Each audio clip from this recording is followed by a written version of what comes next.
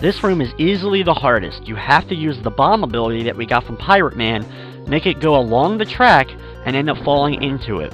This may take you a lot of attempts to finally get through.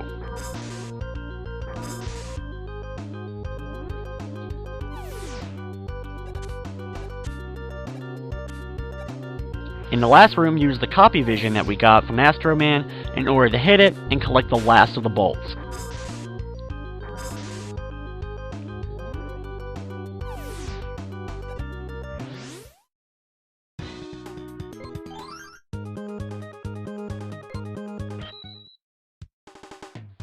We now head over to the shop, which you can buy a good amount of items, including extra lives. However, what I'll be buying is the generator, which will allow me to use less energy every time I use a weapon, picking up the Mega Buster upgrade, which will allow me to charge up a lot quicker, also picking up the F-Shield. The F-Shield reduces the amount of damage I take from weapons, and the energy transfer, which actually allows damage that you take to turn it into energy. After I have now purchased those items, it's time to go into King's Lair and King Level 1.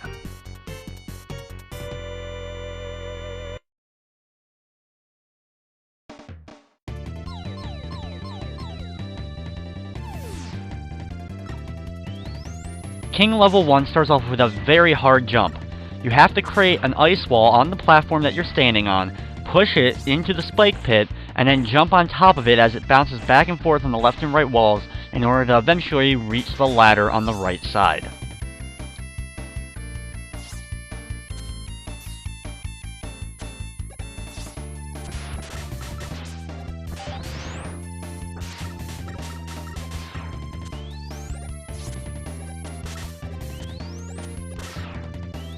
In this room, move very quickly, sliding as fast as possible to avoid the first centipede monster. However, the second one is most likely going to do damage to you as you make your way through that room. Next up, we have some very fast-moving bricks that we saw earlier in the game. This time, they move a lot faster, so you're going to have to be very quick about getting off of them before hitting the spike ceiling.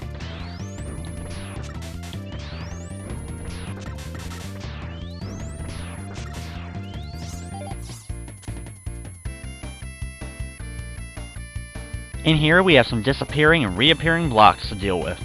Move your way up, and then you're going to actually have to do a very quick slide in order to get through them.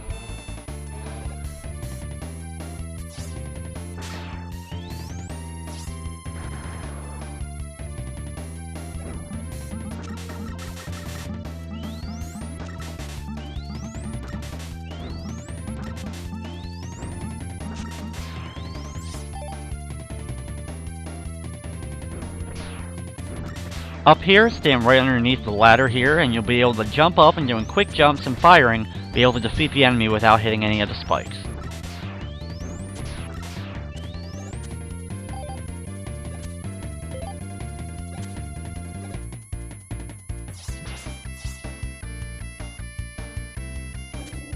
In here we have a series of conveyor belts as well as some more. There's fire enemies, so be careful as you're working your way up here.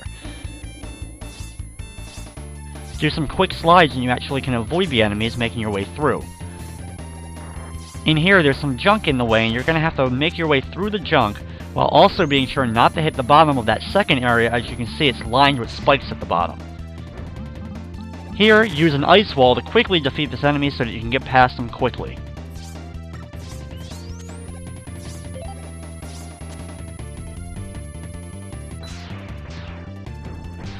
This one is definitely a pain. You won't be hit by the spikes, but you gotta try to avoid the other smaller things as you're making your way up here. So use a copy vision to take out the guy at the top, and then try to do some quick jumps or freeze these things in order to finally make it up to the platform on the upper right.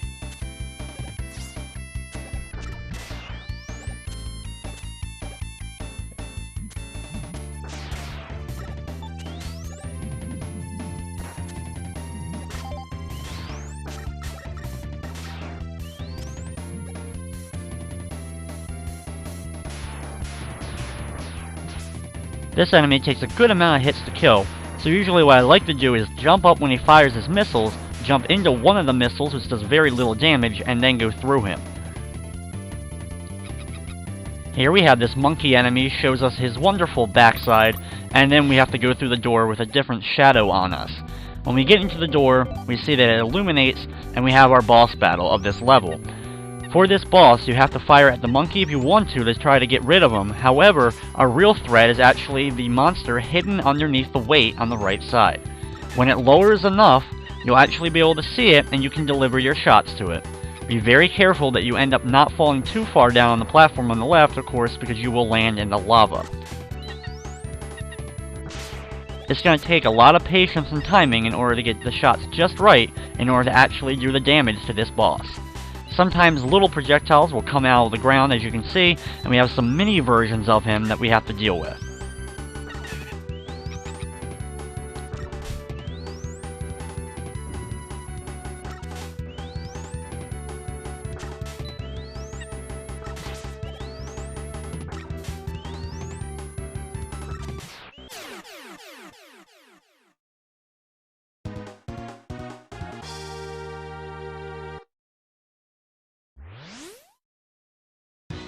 With him taken care of, we can have our stage cleared screen as we move into King, stage number 2.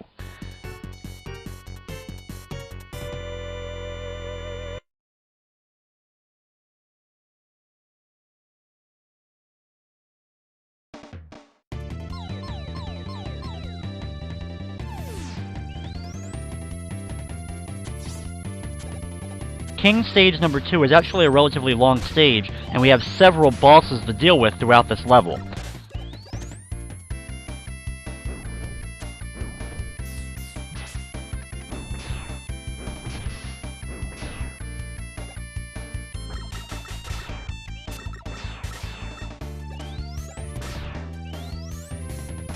Once again with this tank, I usually just get hit by one of his projectiles and then work my way up.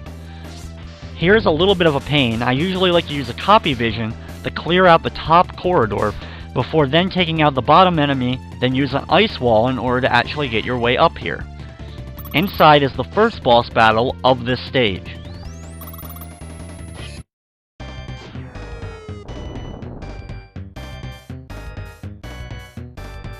One thing that's definitely a pain about these bosses is the fact they don't have health bars. For this tank, we have to destroy several pieces of it. The middle gun, the top part, and then a backdoor hatch. Use either your charged up shots or your Pirate Man bombs in order to attach to him and then detonate them at the right opportunities in order to do damage to the tank. As long as you stay on the bottom portion though, he won't actually really be able to hit you. The only thing you're going to have to avoid while down here is the bombs that drop from the ceiling, because the fire that they give once they explode can reach you on the bottom, but if you're moving quickly or sliding, they shouldn't be able to actually hit you. The key to this boss battle is just getting used to climbing up the ladder quickly and delivering your shot, and then immediately trying to backtrack down the ladder to avoid getting hit by him. This boss battle can take you a long time, but as long as you're patient, you should be able to get through it.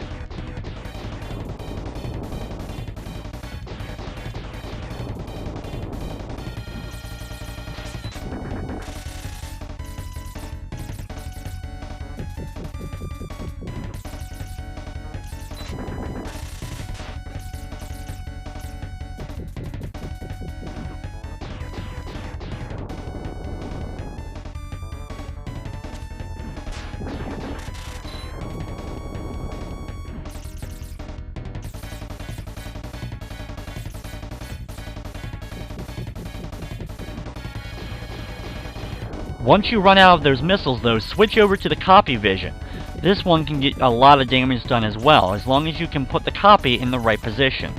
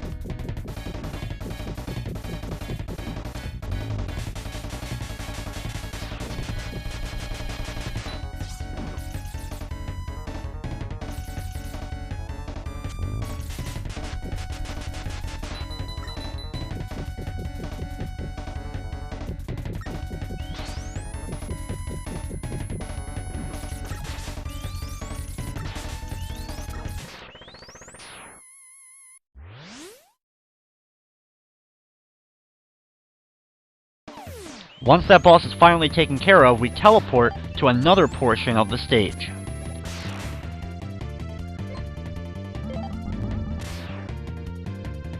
Go up here and destroy the treasure chest to get 2 of your item replacements. If you want to, you can use your magic cards in order to get those pieces of health